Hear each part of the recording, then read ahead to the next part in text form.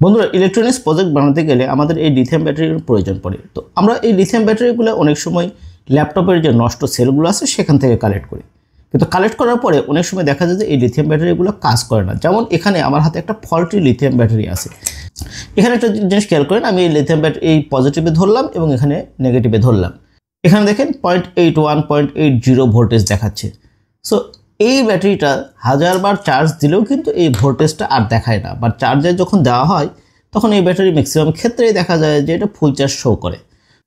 So আপনাদের ক্ষেত্রে যদি এরকম হয় যে ব্যাটারি ভোল্টেজটা দেখায় না, বাট চার্জে দিলে চার্জটা ফুল চার্জ শো করে, আবার চার্জ যখন মিটারতে মাপা হয় তখন সেটা ভোল্টেজ ওঠে না, তো সেক্ষেত্রে এই ব্যাটারিগুলো কিন্তু 90% ক্ষেত্রে রিপেয়ার করা পসিবল হয়।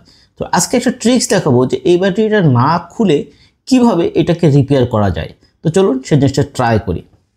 তো এরকম ক্ষেত্রে আমরা এরকম একটা স্ক্রুড্রাইভার নিব এবং এই যে একটা মাথা, এই মাথাটা দিয়ে আমরা এই ব্যাটারিটার এই কর্নার দিয়ে আমরা ফুটা করতে থাকব। এরপরে দেখেন আমি এই ব্যাটারিটাকে আবার এই ব্যাটারি সেলটাকে আবার টেস্ট করব। এখানে ধরলাম এবং এখানে ধরলাম, এখন দেখেন 3.86। আপনারা কিন্তু লাইভ দেখছেন যে এই ব্যাটারিটা একটু আগে 0.86 ছিল, জাস্ট শুধু এখানে এই জিনিসটা দিলাম, এরপরে কিন্তু এই ব্যাটারিটার ভোল্টেজ এখন 0.86 চলে আসলো। তার মানে এই লিথিয়াম ব্যাটারি যদি এরকম আপনাদের কাছে নষ্ট লিথিয়াম ব্যাটারি থাকে, তো 90% ক্ষেত্রে আপনারা এখানে একটু পিন দিয়ে যদি একটু চাপ দেন, তাহলে সেক্ষেত্রে এই ব্যাটারিগুলো আবার কিন্তু ভোল্টেজটা ব্যাক করে। সো সে গেলেন ফল্টি লিথিয়াম ব্যাটারি কীভাবে ঠিক করতে হয়। দেখুন এখন ভোল্টেজটা কিন্তু 3.86।